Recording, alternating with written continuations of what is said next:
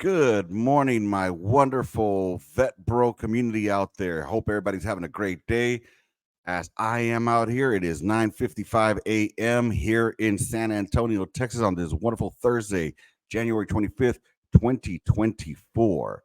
Check this out, y'all. Full disclosure, this is the third time I'm recording this because, the first time my computer was lagging. The second time, when I shared my screen, I forgot to share audio. And now this is the third time I'm making sure I'm sharing everything. So without further ado, let's share. All right, perfect. Hey, check this out, y'all. While I have you here, do me a quick favor. I need you to go ahead and if this is your first time being here, hit that subscribe button and hit the all for the notifications. Same thing to my returners. Hit the notifications, y'all, so you can be informed of when I drop a new video, and that way you'll know to come and at least watch the first 3 minutes of the video and then go back to your normal day. I just need the algorithm to start picking up that we got traction. All right. With that being said, hit a thumbs up if you dig it, hit a thumbs down if you didn't dig it. But I do need you to comment in there. Comment, hey, man, you suck. Or, hey, man, good video. Or, hey, I think you were wrong about this. Or I think you were right about that.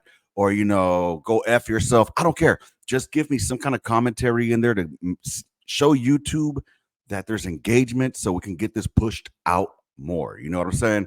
Because I'm not gonna lie to you. I'm kind of hoping that this kind of blows up this year. I want 2024 to be the year that the On the Gunline podcast blows up and hits that next threshold of subscribers. I'd love to see 1,000 before the end of the year.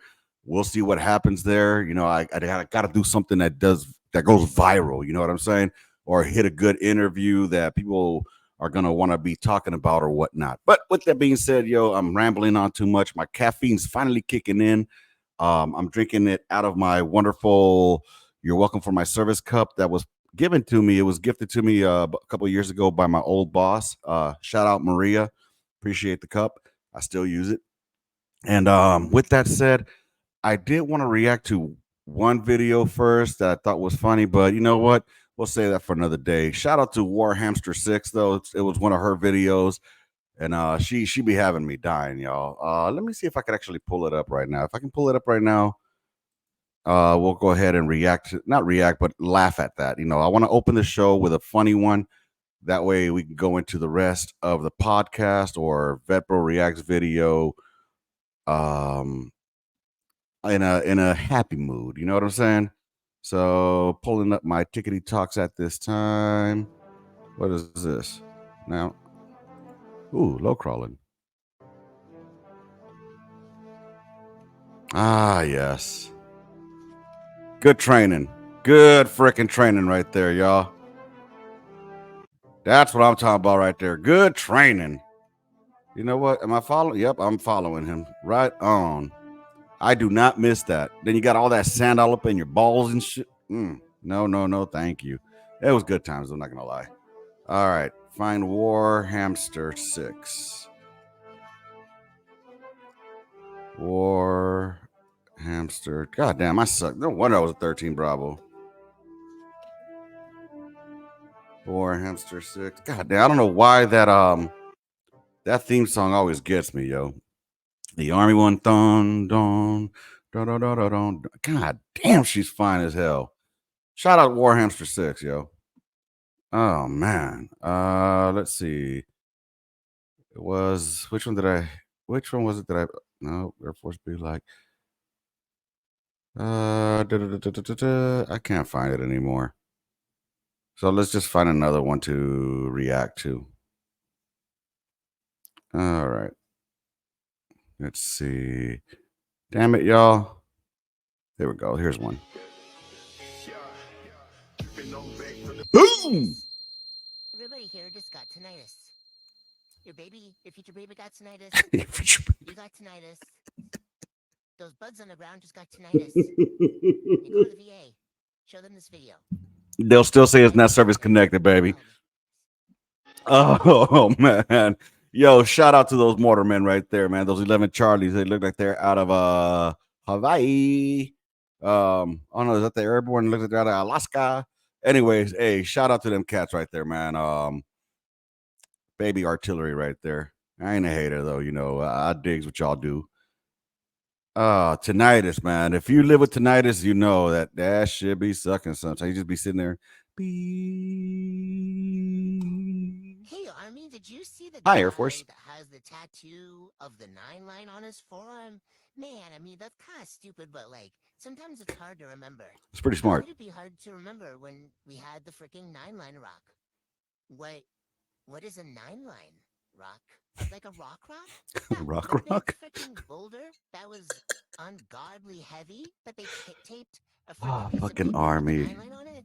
You had to carry it around everywhere you went That's to good look up training. and memorize. You guys didn't have that? No, that sounds like that really sucks. No, we didn't have that. But to be fair, we did have 341s back in basic training. What the hell is a 341? Back in basic training was if you did something bad and another drill sergeant saw you, they would take one of your little papers that you had to have on you all the time, and it was called a 341. And what I don't remember us having to carry anything like that in the army. I mean, we had inspectable items, like we had our fucking red book that we had to carry with us, and we had the white book, the IET or some crap. I don't remember. and what they would do is they would circle bad, and they would write what you did bad, and it sucked because you'd have to take your little piece of paper and give it to your drill sergeant, and then you'd get yelled at. But Yo, did she just say that she would have a paper that said bad if you did bad, and then he write down an explanation? Air Force, is this true though? Is any Air Force vets out there? Let me know if this is true, yo. These motherfuckers handing out report cards. the cool thing about it was, is if you did something good, you got recognized, and another drill sergeant could take your 341, circle excellent, and then write down what you did good, and then you got to My give that to God. your drill sergeant, and then you kind of got some kudos maybe. I feel that that her face right there. I feel that she's doing a good job because that's how I'm feeling. You guys had freaking report cards? Well, I wouldn't She say knife quite a handed that report shit card, too. but I mean, like, kinda. That's a freaking report card. You Oh guys had shit. report cards? Well, I was doing push ups on rocks in the summer? I mean, you should have tested better, buddy. Aim high. Hey, I'm. Fucking bitch. Good call out though. Good call out. We should have tested better. Oh my god. You know what? I ain't even mad at her. That shit was funny. That shit was too funny. All right, y'all. I hope that started it off, y'all. Good for y'all. Let's go ahead and check out Christopher Chaos over here on Why Some Soldiers Hate Being in the Army. I got about 3 minutes into it earlier. So let's go and hit it. Commonly, it might be possible that someone hates the United States Army. I make these videos to educate you about the Army. I'm not trying to claim that I make it's the these greatest videos thing in to the react world, to it's the his worst thing in videos. the world. It really depends on your own experiences, as that will kind of determine your kind of outlook on the United States Army. And that's kind of what I just want to shout something out real quick. Thunder, thunder, Thundercats. Ho! If you know, you know. I would take that Thundercat sword over that little M4 any day, especially if I'm topped off with that rock star. Shit, I'd be like Pinky in the Brain and try to take over the world. Be wearing the title right there around my waist because I'd be the king. Rocking that shield on my chest like Superman as I ride in my 1114. Damn. Okay. Cut. Oh man, if you're watching and you saw what I was pointing at through each, then you'll understand. Anywho, moving on. we're talking about here. In my personal experience, I wasn't someone that hated the army, but I wasn't someone who loved the army. I was I kind of loved it. somewhere in the middle, and that makes it easy for me to create this type of content because I'm not trying to push the army on you to say that it's the greatest thing, but I'm also not trying to deter you from joining the army. I'm trying to let you make your own decision. I'm trying to put out the facts, put the experiences out there, and let you make your own decision because some people, they have a great time in the army. It's the greatest thing in the world. They want to spend 20 plus years in the army. And then you have individuals that maybe want to get out as soon as possible and do something else because I absolutely hate it. I was in that middle kind of area where I was like, this is okay. It's not the greatest thing. I don't absolutely hate my life, but I will always use the army more as a experience to lead to bigger and better things. Have that military background, have that military experience to help me be a better person, to better my chances for a better job opportunity in my civilian life. With that said, experiences may be different based on your MOS, on your time in service. Just not all experiences are going to be the same when you come out to the civilian sector. Um, Thinking that your MOS or whatever you did in the army is going to translate into the civilian sector, especially if you were in a combat MOS. So I have 5 things here that may make someone into that category of they Let's hear hate them. the army and they'll tell you do not join the army because it's horrible. So in no particular order, the first one is it's not what they expected. This can come many different ways. Maybe the recruiter wasn't truthful, right? It happens sometimes, not all recruiters like that, right? Some recruiters are really desperate to get soldiers in the army. They may bend the truth a little bit, maybe leave some things out. Other ones are pretty honest with you. So that really is like kind of a coin toss sometimes if you're going to get a really honest one or if you're going to get one that's maybe a little bit crooked and they're just kind of desperate to get you to join the army. So they're going to start telling you some crazy things, to try to get you to join. So All right. I think that excuse is played out, yo. The recruiter lied to me. No, they didn't. No, they didn't. Because you watch a little motherfucking video when you choose your MOS. You know what I'm saying? And you more than likely picked your job based on the bonus that they gave you. Be truthful. You heard bonus and you thought Charger and said, I'll take it. Next thing you know, you're a fucking cook. Hey, you know what? You chose your MOS. Or as the Navy likes to say, you choose your rate, you choose your fate. That excuse is old, man. I then again, how do you not know what you're getting yourself into? It's the fucking military at the end of the day. You expect it to be a walk in the park? No. Look, man, if you did your 4 years and got out, hey, more power to you. If you didn't want to join the military, if you didn't want the military to be the lifestyle you lived, got it, 100%. As long as you left on an honorable, not being a shitbag, then you're good to go. But if you were a piece of shit, it was probably a good thing that you left because your life would have been miserable. maybe the recruiter told that individual that they're going to get to be able to do this and do that, and then they start doing their MOS, start doing their job in the army, and that didn't happen. It's not at all like the recruiter made it sound like. So There's a they had the video. right, they had these high expectations based on what the recruiter was telling them. Then they finally get in the army, and it's not what the recruiter told them it was going to be like. Sometimes it's just poor research. Maybe that individual looked into the army to see what it was going to be like. They saw certain material about what maybe that MOS might be like, going into the army, and then it turned out not to be like that. So their expectations were at one level, and then it turned out to be not at all what they thought it was going to be like. For me, like there wasn't any of these videos, none of this stuff on YouTube really. So I actually probably had lower expectations of it being kind of crappy, but I really wanted the experience to have that background. So I was like willing to suck it up and kind of do it. And then it turned out to be better than my expectations were because I already had pretty low expectations, but turned out to be a little bit better. So that was a little bit helpful for me. But some people maybe were told that, oh yeah, you're going to get to do this and this and this, and everything's going to be super awesome and great. And then it, maybe it's not as great as they thought it was. So they end up hating the army. Because they Number suck. 2 is the leadership. That happens sometimes. I mean, I feel like that can be a thing even in the civilian world too. You could be working anywheres in the civilian Hmm. workforce and you have that really crappy manager that just makes your day horrible Yep. and you hate going to work because of it. It's no different in the army, right? Yep. Sometimes you have NCOs, first sergeants, commanders, whatever, that just have different leadership styles. And those leadership styles may not be what you kind of want them to be. And they're really strict and it makes your life hell. And sometimes it's also just they're crappy leaders too, right? Sometimes it's not necessarily that they're just really hard on you. Sometimes they are crappy leaders too because they've gotten so used to a rhythm of doing things this way, even if it's the wrong way, and it makes your life miserable because of it. And now you end up hating the army because you hate your leadership. All right, quick one on that. Um,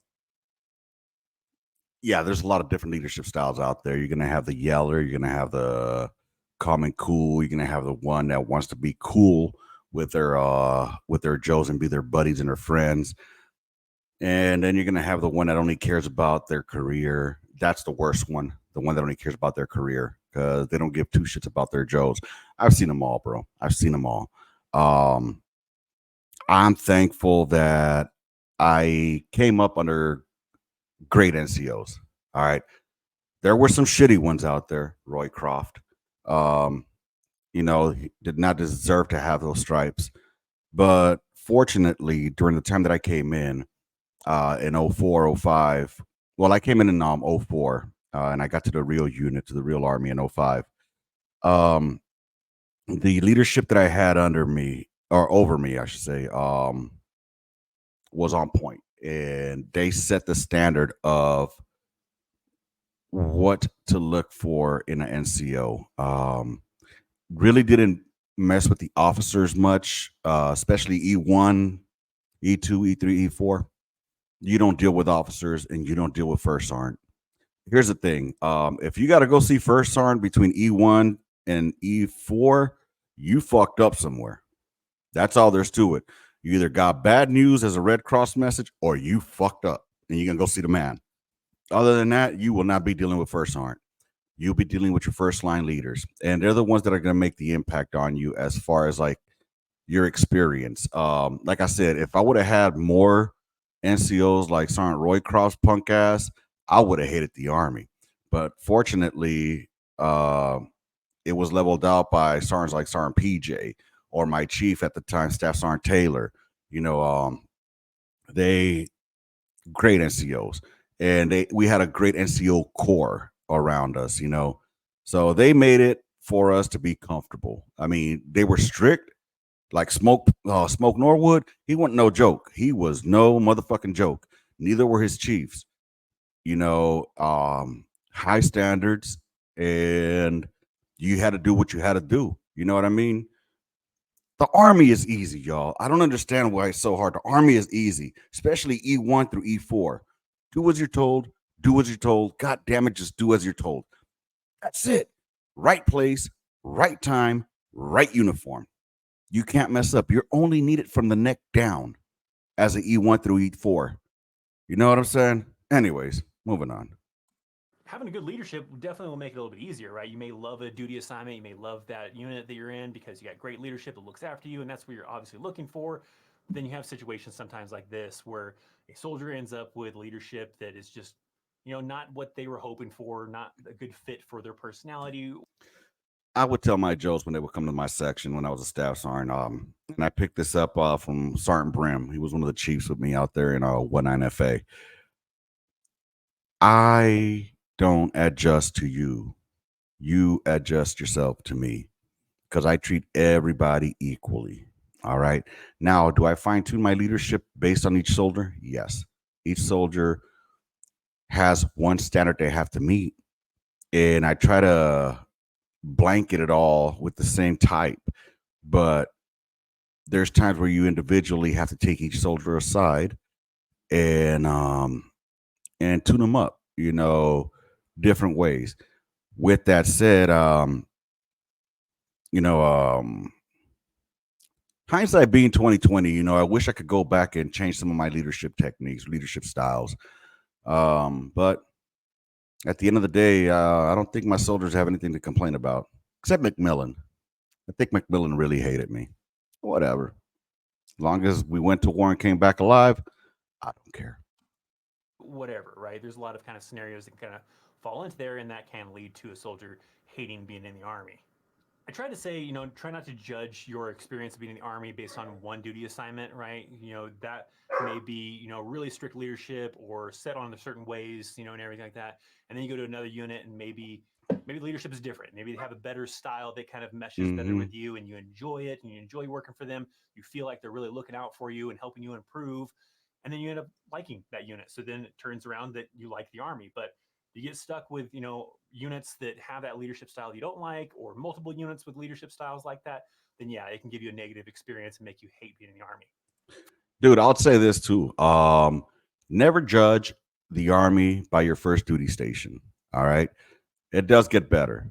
If you go, I mean, it's going to be mindset. And one thing I did learn after PCS and multiple times, learn this phrase: there's no worse unit than your current unit. There's no better unit than your last unit. Trust me on that.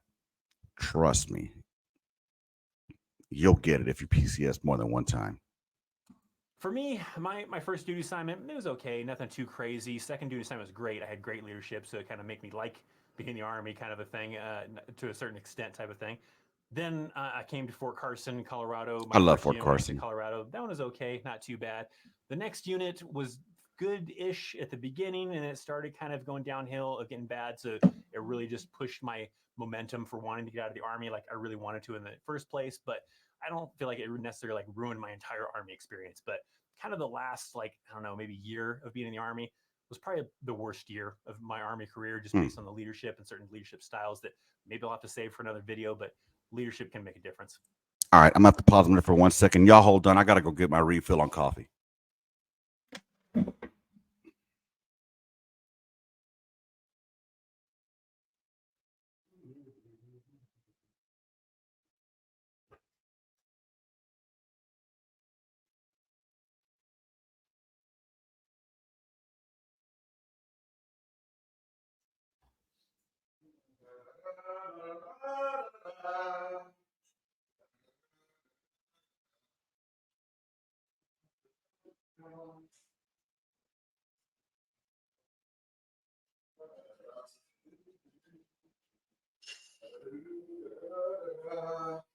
I'm coming back, moving, moving and grooving, moving and grooving. One, two, three, oh hey, run me now, run me some more, hey. All right, and I'm back. Sorry, I had that 1 minute left. Maybe I'll edit it out if I remember. All right, where were we? Before we get into the third one, I'd love to hear from maybe some of you veterans out there. What's What's up? something that made you enjoy the army or hate the army, so that way you can help out maybe some other people that are watching this video because they're interested in, what can possibly turn the directions of the tides to loving or hating the army. So definitely leave me some Gotcha. comments down below. But let's get into that third thing. All right, just to answer his question, what made me love the army? Um, I loved it from day one when I saw the drill sergeants looking like fucking soldiers.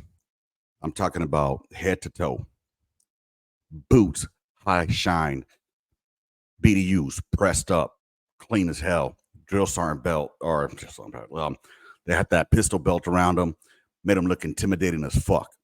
Round brown, epitome of what an NCO is supposed to look like, what a soldier is supposed to be, and the discipline that they instilled in me.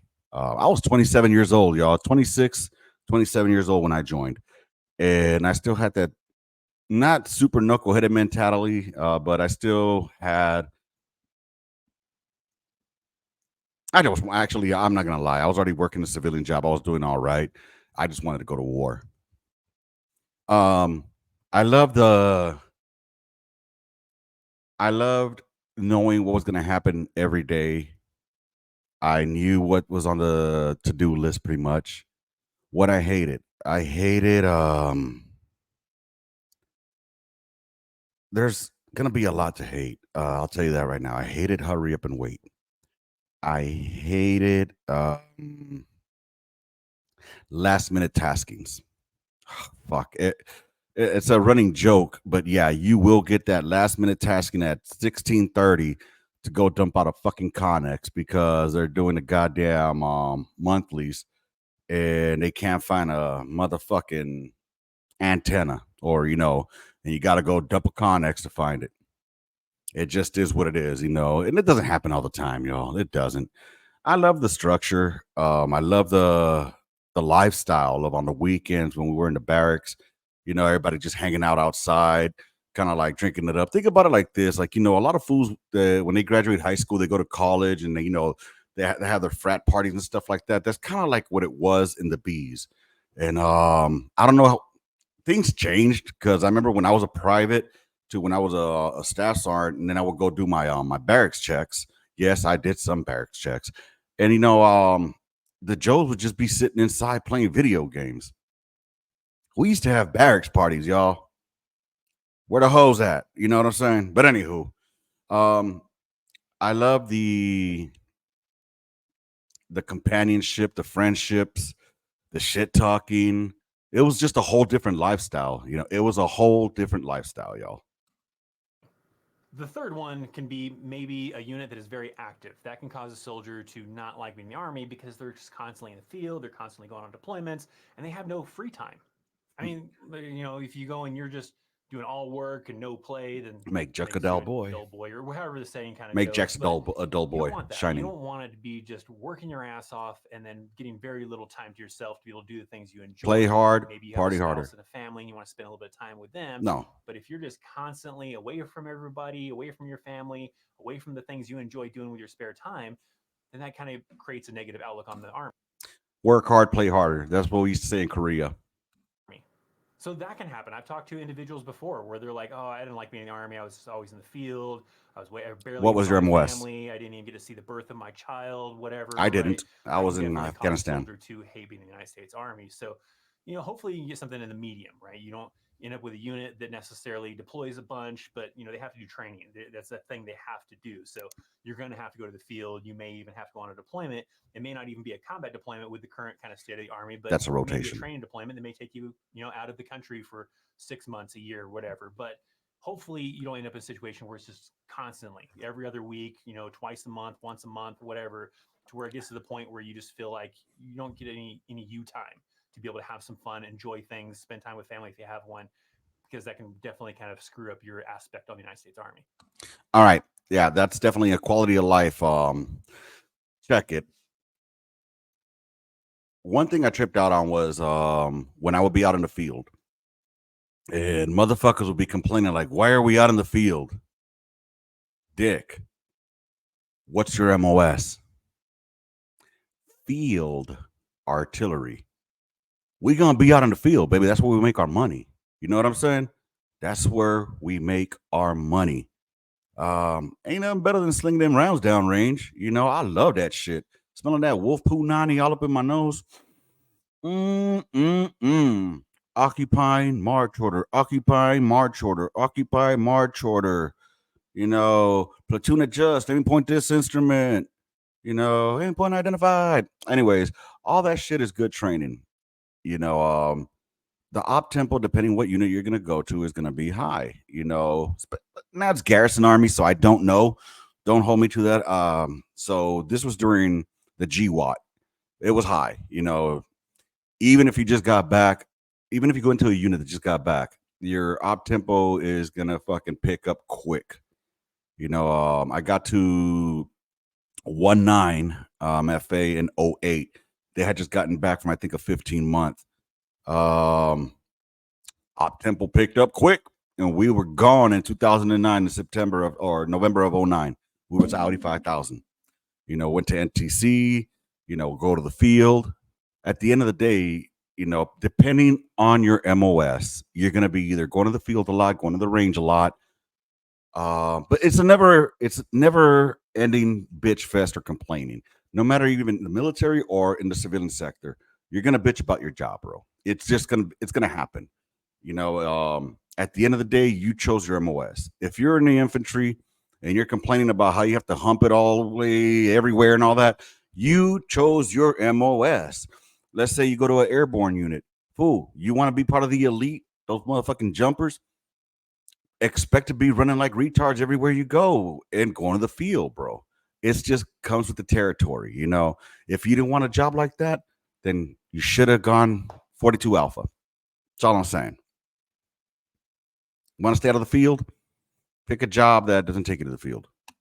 Number four is more of a self-inflicted type of thing. That's they make it hard on themselves, Facts. which causes them to hate the army. So what I Shitbags. mean by this is you'll have soldiers that they're late all the time. They're doing the wrong thing. They're trying to find ways to get out of Shitbags. work. They're trying to do whatever they possibly can to not have to do these tasks or whatever. and they get in trouble for it, or they have negative consequences for it, whatever. And so, they're getting Shitbags. constantly ridiculed and yelled at by their leadership, and it causes them to hate being in the army, but it's for their own reasons. Hmm. So that can happen, like I said, because of their own fault, right? They think that they're doing nothing wrong, right? They think that, they're just doing their job or whatever. Maybe they knowingly know that I'm trying to get out of this work or whatever, Hmm. but they somehow blame it on, the system, the army, the leadership, the something.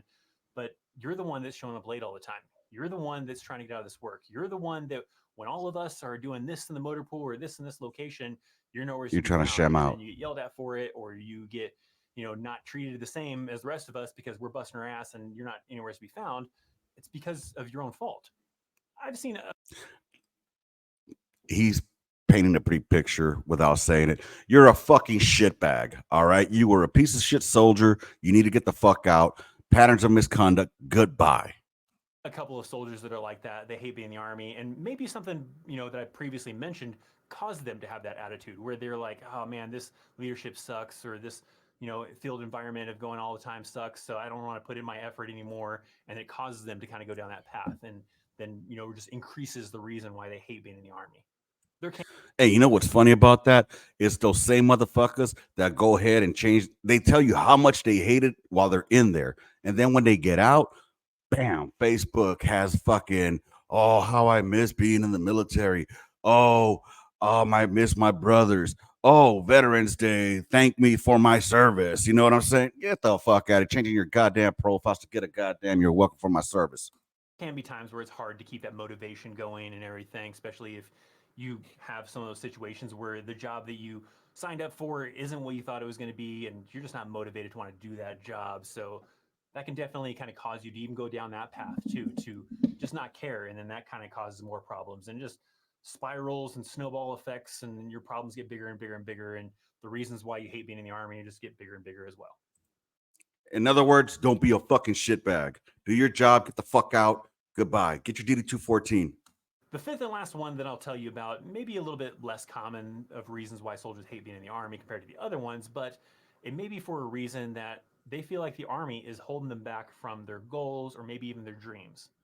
An example of this that I might give you is maybe someone either had the inspiration before they joined the army, or they gained it while they're in the army, to maybe want to be like a business owner, maybe be an entrepreneur. And now, because they're in the army, they can't really pursue that dream. They can't go and chase after being that businessman, that businesswoman, that entrepreneur, to be able to go after that kind of goal because they still have years left on their contract. Maybe they sign like a 6-year contract, right? And maybe a couple years into it, they're like, man, that'd be so cool to do this business or do this kind of idea or whatever for myself and run my own kind of business. But crap, I still got like 4 years left on my army contract. So I got to keep on doing that because I can't start this business until I get out of the army.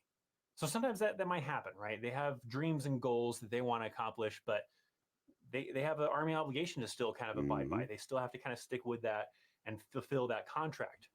It may not even be like a business adventure. Maybe it's some kind of like a sports adventure. Maybe they want to go pursue a life of boxing, be in the NFL. They want to, try to join the Olympics. I mean, there are certain kind of aspects of that you can kind of do in the army. They have the athlete program that you can kind of do, you can try out for, and if you make the team, then you Mm-hmm. can do like boxing and Olympics type of things. They don't have NFL, but they have certain kind of things in that lines that you could possibly do. But let's say if you're not good enough, you don't make it, then yeah, you can't do that, I guess. But maybe it was dreams outside of being a business person. Maybe you want to be a musician, and you can kind of do that, I guess, while you're still in the army, but you can't really go on tour, if you made it big. But just Look, man, at the end of the day, do your fucking time, get the fuck out. That's all there's to it. Do your fucking time, get the fuck out. Use that time that you're still in there, start networking. You can still work on your dreams while you're in the military. You know, hey, use that time that you're in to get a fucking degree in business management if you want to fucking be an entrepreneur. All right? That's it. There's a different word I was going to go with that, but thankfully I changed it at the last minute. I'm just saying you can make excuses for it all, but at the end of the day, you signed a fucking contract, do your motherfucking time and get the fuck out. Thank you for your service. Goodbye. Don't be that guy that drags everybody else down because you're a piece of shit. still create music, I guess, and the barracks are at home. But there's, I guess, several different types of scenarios you could probably think of that, maybe you have this dream, this goal, And because you have a commitment to the Army, to go to the field, to go on these deployments, to work that job, to be in that location, you can't actually chase after those dreams and really kind of pursue them to the full extent. You might have the ability to do a little bit of prep work and everything like that, but you can't actually fully commit to it because you're, pretty busy with your Army life. There are still some things you could go after. You could go after being a YouTuber. You can go after being a musician to a certain extent. You can go on tour, but definitely you want to be a business owner, an entrepreneur. There may be certain ways that you can do certain types of ones, while you're still in the Army, but you're trying to start up like a franchise, a store, and all this other stuff, that may be a little bit bigger picture. The Army might be holding you back from that, and you just have to kind of write out that contract. And people develop a hate for the Army because they're like, I would just be rather doing this dream, this goal, than doing this job, this MOS in the United States Army. You should have thought about that before you joined the motherfucking Army. You want to be an entrepreneur? Use that time. And you know what? If anything, you're getting the skills needed to be an entrepreneur while you're in the military. You're developing that leadership style, that leadership techniques that you need in order to be an entrepreneur. You're learning the discipline. You're learning the structure. So, I mean, I get what he's saying. I do. This is no hate on Christopher Chaos over here. Oh, Chrissy K. But I like to go against the grain on shit sometimes. He just sugarcoats it really well. I don't. I say stop being a baby back bitch. Do your time and get the fuck out. The thing that kind of made me start kind of hating the Army in my last year of being in the Army was just bad leadership. I probably should do a video that kind of explains some other examples, but I just had this really crummy platoon sergeant, my last platoon sergeant that I had, that was kind of mad at the Army because they weren't allowing that person to retire. So I feel like they were taking out on us. There That's was fucked up. things that like double standards of not allowing us to do things. Like a good example was, we went on a field problem to the National Training Center, and NTC. that individual did not bring the plates. They went inside the vest. So while we were all wearing plates, this person was not wearing plates. And when it came time for the live fire range, that person was like, oh crap, I don't have plates. And you have to have the plates for the live fire range. And so that platoon sergeant borrowed plates from one of the younger soldiers and made that soldier go do a detail. And we were all pissed about it. And it was annoying. That was just one of many things that individual did. And I probably should explain that better in another video, but we won't get onto that tangent just yet. Damn. I'm going to leave it at that, I think, for now. Damn. Hey, shout out Christopher Chaos, man. Thank you for letting me react to this. Hopefully you don't strike me on this shit. I think I want to go through more of yours and react to it, man. Yeah, dude, I can see why he was salty at the end, but at the same time, on that token, I don't know what grade you were, what position, you had or whatnot, but that's when you got to pull that motherfucker aside and be like, hey, you fucking up. Or, you go to your first line, and if that was your first line, then you talk to that motherfucker. You know what I'm saying? I'm telling you, there's nothing worse than just staying quiet if there's an issue. You go, let them know, hey, Sergeant, you fucking up, man. Just because you're fucking up don't mean that we're fucking up. And then he forgot, if I heard right, did he say that the platoon sergeant forgot his motherfucking savvy plates? Shit, he's better than me. I mean, I wouldn't have said shit to nobody. You know what I mean? That's something I would have kept to my motherfucking self. And then I would have asked one of my battles, like, hey, dog, let me borrow your fucking plates, yo.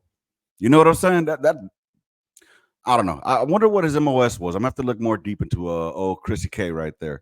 I keep calling her Chrissy K for some reason.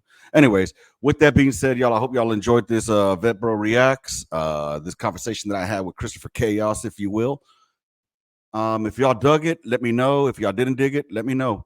Make sure you guys catch one of the videos and like and subscribe. It should be on one of these ends right here. Anywho, with that being said, that's all I got for y'all today. I hope y'all have a good afternoon. I will see y'all tomorrow. Hey, what do y'all think of? I'm not going to start going live yet. Nobody ain't going to watch me. Anyway, with that being said, rounds complete, intermission, gunline out. D-Lo the Vet Bro, letting you go.